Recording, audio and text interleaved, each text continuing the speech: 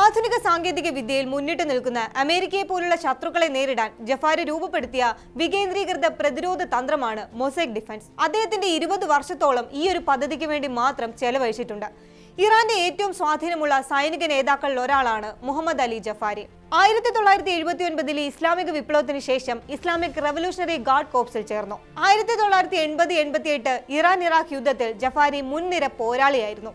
തുടർന്ന് സൈന്യത്തിന്റെ വിവിധ തട്ടുകളിലൂടെ ഉയർന്നു വന്നു. 2007 മുതൽ 2019 വരെ അദ്ദേഹം ഇസ്ലാമിക് റവല്യൂഷണറി ഗാർഡ് കോർപ്സിന്റെ കമാൻഡർ ഇൻ ചീഫ് ആയിരുന്നു. 2005 IRGCയുടെ സെന്റർ ഫോർ സ്ട്രാറ്റജിക് സ്റ്റഡീസിന്റെ ഡയറക്ടർ ആയിരിക്കെയാണ് അദ്ദേഹം മൊസൈക് ഡിഫൻസ് വികസിപ്പിച്ചത്. 2003 ഇറാഖ് അധിനിവേശത്തിൽ നിന്ന് പാഠങ്ങൾ ഉൾക്കൊണ്ട ജഫാരി അമേരിക്കയുടെ യുദ്ധരീതികളും വളരെ കൃത്യമായി തന്നെ പഠിച്ചു. ഇറാഖ് ആക്രമണം കണ്ടപ്പോൾ ഒരു കാര്യം മനസ്സിലായി: കേന്ദ്രീകൃത നേതൃത്വം തകർന്നാൽ മുഴുവൻ സൈന്യവും തകരും. അതിനെതിരെ ഒരു പ്രതിരോധം വേണം. തലയറുത്താലും ഉടൽ വീഴാത്ത പോലെ ഒന്ന്. 2003 അമേരിക്ക ഇറാഖ് ആക്രമിച്ചപ്പോൾ സദ്ദാം ഹുസൈന്റെ സൈന്യം പെട്ടെന്ന് തകരാൻ കാരണം അതിന്റെ കേന്ദ്രീകൃതമായ ഭരണ സംവിധാനമാണെന്ന് ജഫാരി നിരീക്ഷിച്ചു. നേതൃത്വം തകർന്നതോടെ ഇറാഖ് സൈന്യത്തിന് എന്തു ചെയ്യണമെന്നറിയാത്ത അവസ്ഥയുണ്ടായി.